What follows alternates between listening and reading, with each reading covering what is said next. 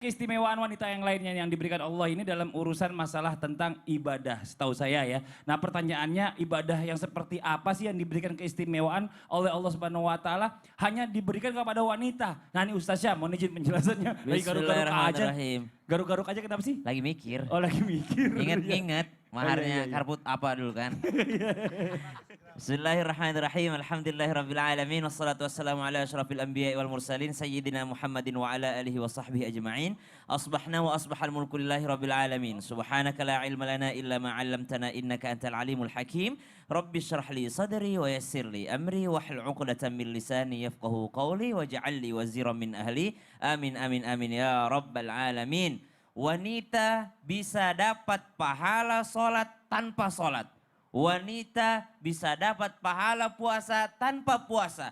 Wanita bisa dapat pahala baca Quran tanpa baca Quran. Dan inilah keistimewaan seorang wanita. Tanpa melakukannya pun bisa mendapatkan pahala. Pahala kapan dia mendapatkan itu? Ketika mereka sedang datang bulan. Subhanallah. Ketika sedang haid, ada seorang wanita yang sudah rutin dalam setiap harinya membaca 1 juz Al-Quran. Lalu ternyata dalam setiap bulan ini ada haidnya. Maka pada saat dia haid mereka berhenti membaca Al-Quran. Tapi pahala rutinnya baca Al-Qurannya itu masih mengalir deras untuknya. Subhanallah. Ada seorang wanita yang memang subhanallah tiap malam ia sholat tahajud dan sholat witir. Lalu ternyata pada saat haid terpaksa dia diliburkan oleh Allah Subhanahu Wa Taala. Maka pahala tahajudnya tetap mengalir baginya. Kenapa? Karena sudah menjadi amalan rutinnya. Ada seorang wanita yang senantiasa mungkin mempelajari Al-Quran, mengajarkan anak-anaknya Al-Quran, subhanallah.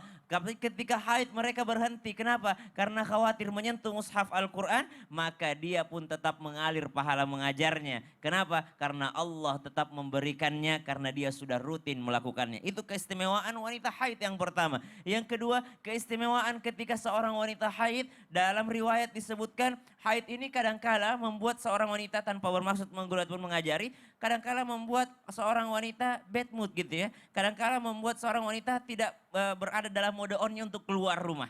Maka subhanallah salah satu keutamaannya adalah menjaga kehormatannya. Kenapa? Karena mereka akan lebih senang berada di dalam rumahnya. Mereka akan lebih senang untuk berada di dalam rumahnya. Membuat hal-hal yang lebih bermanfaat baginya dibandingkan hanya keluar rumah lalu tidak tahu mau kemana. Maka subhanallah itu keistimewaan yang kedua. Yang ketiga keistimewaannya adalah Allah mengampuni dosa-dosanya dengan sakit yang ia rasakan.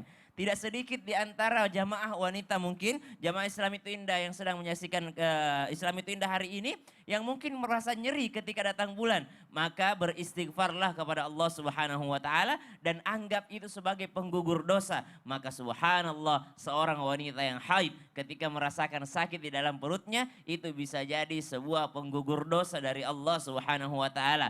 Dan yang keempat keistimewaannya, tidak semua ibadah berhenti ketika kita sedang haid, ketika seorang wanita sedang haid.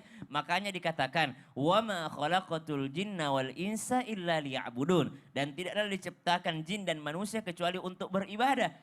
Maka tidak ada libur dalam ibadah. Ketika seorang wanita haid, maka masih banyak yang bisa dilakukannya.